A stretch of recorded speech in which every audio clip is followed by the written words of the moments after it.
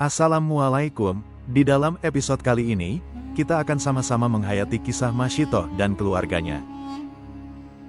Di zaman pemerintahan Fir'aun yang zalim, terdapat seorang wanita solehah bernama Masyitoh yang bekerja sebagai penyikat rambut puteri Fir'aun. Masyitoh dikenali sebagai wanita yang setia, tetapi menyimpan keimanan kepada Allah Subhanahu wa Ta'ala di dalam hatinya. Suatu hari, ketika menyikat rambut puteri Fir'aun, sehelai rambut terjatuh dan Masyitoh mengambilnya sambil mengucapkan, Bismillah. Dengan nama Allah. Puteri Fir'aun terkejut dan bertanya, siapakah Allah yang engkau sebutkan itu? Masyitoh menjawab dengan tenang, Allah adalah Tuhanku yang menciptakan langit dan bumi, bukan Fir'aun. Puteri itu marah dan segera melaporkan kepada ayahandanya Fir'aun.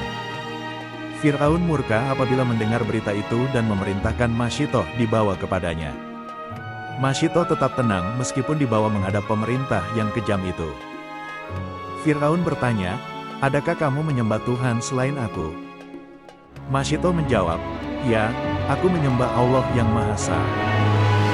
Fir'aun memerintahkan agar Masyitoh dan keluarganya diseksa jika tidak mau kembali menyembahnya.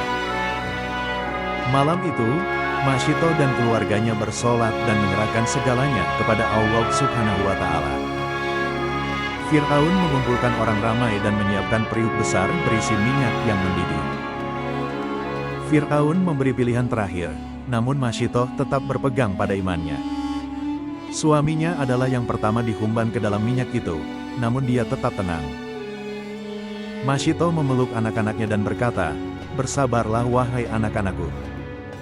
Anak lelaki Masyitoh yang seterusnya dihumban ke dalam minyak itu. Anak perempuannya pula dipisahkan dari pelukan ibunya, namun Masyitoh tetap kuat. Ketika tiba giliran bayi Masyitoh, hatinya hampir goyah.